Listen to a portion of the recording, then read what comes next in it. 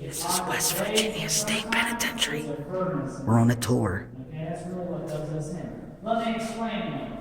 We have 4 floors of cells. We have roughly 750 cells. At the height of our population, we had almost 3,000 inmates. 750 cells, almost 3,000 inmates. It did not always look like this. It's had a lot of different uses throughout the year. This is West Virginia State Penitentiary, right? Yep, that's Shadow Man Hallway. Oh, and this is Shadow Man Hallway. Yeah, there's a famous photo of a Shadow Man standing all the way down on the right. Oh, wow. Like leaning out from where that door, but he's in front of the door. Wow.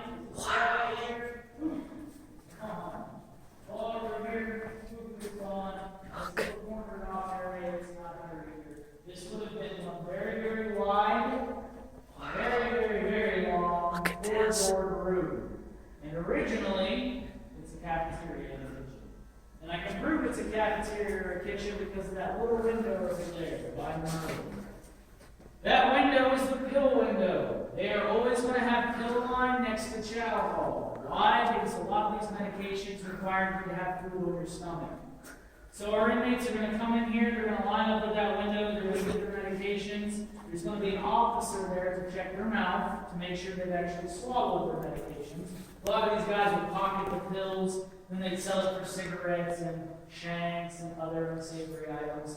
So we have to make sure they actually take their meds. After they've taken their medication, they're going to walk across the dining hall, they're going to get into chow line, they'll get their tray, and then they would have had a seat at one of the many steel tables that filled this very wide, very long room. Now the conditions in here get worse over time until 1986. And then once 1986 hits, these conditions are so bad that they're actually what caused the 1986 riot. So let's talk about the conditions for a little bit. Our officers are on record. We've done interviews with some of the people who used to work here during that 86 riot. Those are shotgun codes. Had anything kicked off in here, the officer that's located on the other side of the glass with the 12-gauge shotgun is going to lower that, put that shotgun through it, and solve the problem real quick. But let me straight with you guys. It never happened. Think about it. Well, think about it logically. Why would they ever misbehave in here? This is the only sanctuary they have. Look what color the rig is. It's nice and cool in here. If it's cold outside, it's nice and warm in here. They wanted to stay in here as long as they could. And they did that through their behavior. It's actually on record from our officers that when the inmates were in here, they were as good as gold. Second thing we did, the old cafeteria could feed 250. This one can feed 150. These squares on the floor were the old tables used to be. They were stainless steel, they were round. They had 5 pedal seats and they were bolted to the floor. When we closed in 95, the state came in here and took our tables out, took them right up the road to the North Regional Jail, where they are still used to this day. So if you want to check them out, they're at the gas station. So take it right over there and check them out. I don't recommend it. It's cool. We got 2 lines.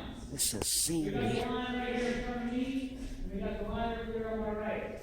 The line over there on the right is dietary. If you're diabetic, if you have food allergy like peanuts, or if the general pop guys are having pork chops and you're a Muslim or a Jew, you're going to eat it there because Jews and Muslims don't eat pork. If none of that applies to you, or if we're not having pork that day, you're going to come right over here.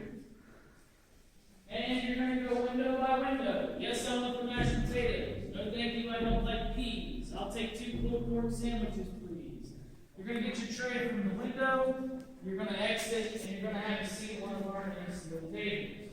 You're allowed to go through this line once, and you have 20 minutes to eat. So not too bad, I guess.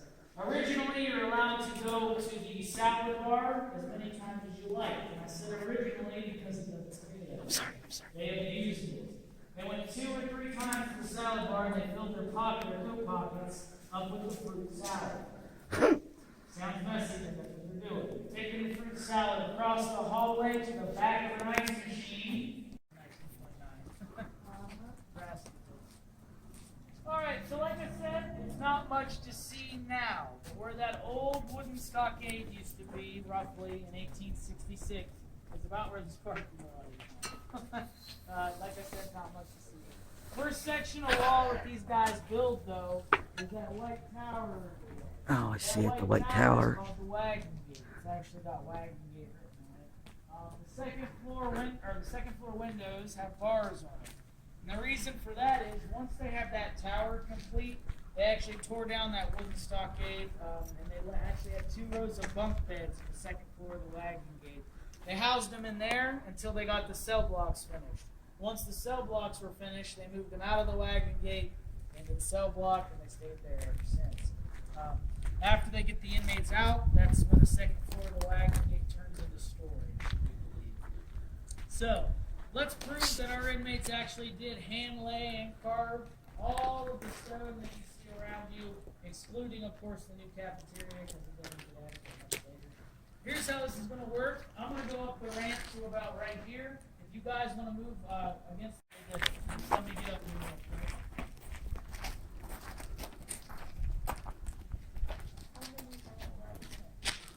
That depends on the year. It took them 30 years to build it. At least Wow, it took them 30 years to build this. Alright, so you're going to want to be on this side of me, so you're going to want to be over here. Now, before I show you anything, I got to tell you, there's always gangs in prison. Even when we were a wooden stockade, there's a natural hierarchy among the inmates.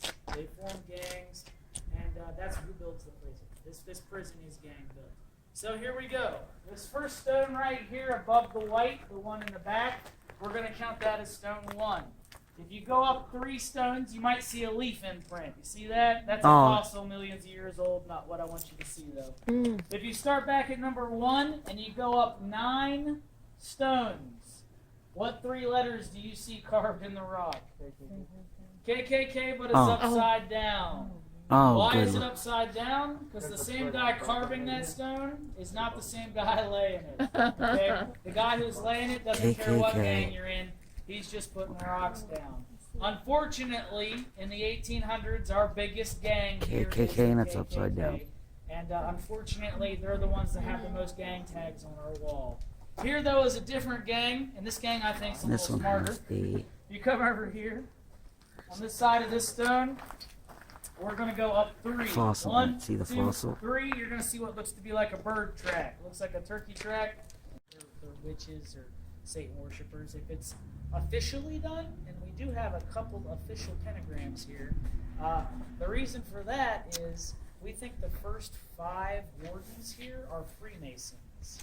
Oh, good Lord. Use an upside down star Yep. as one of their symbols. Yep. And if you go into, we can't because I'm not even allowed up there because of the water damage.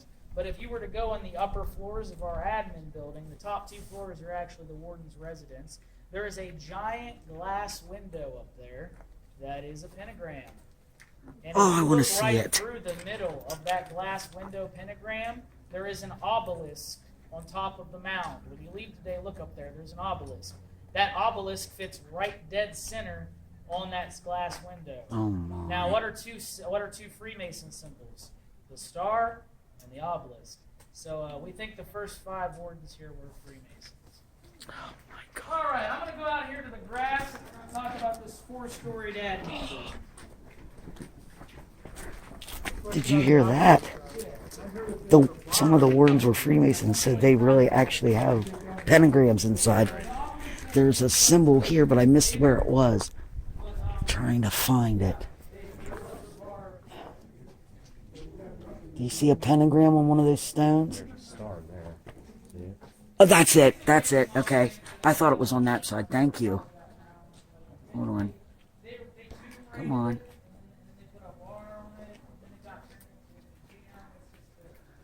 I gotta find it again. So this is our 4-storied admin building. It even has the old administration building sign down in the bottom center. I'm going to start at the top and work my way I down. lost it again. Hold on. 2 floors, actually. The 4th and 3rd floor, as I already said. There it is. The pentagram. Residents. All the wardens from 1866 to 1950 had to legally stay up. That is where a gunman would stand to guard the prisoners. There are a couple of them that I can see right now. There's another one down there. Here, let me... Whoops, I'm working on it. There's one. And, well, here's a better picture of the one. Our tour guide said, see that portion of the wall that's white? They did that because the prisoners wore their uniforms that were khaki. And when some of them tried to escape, they would blend in with that part of the wall. So they painted part of it white, like this, so they could see if their inmates were escaping.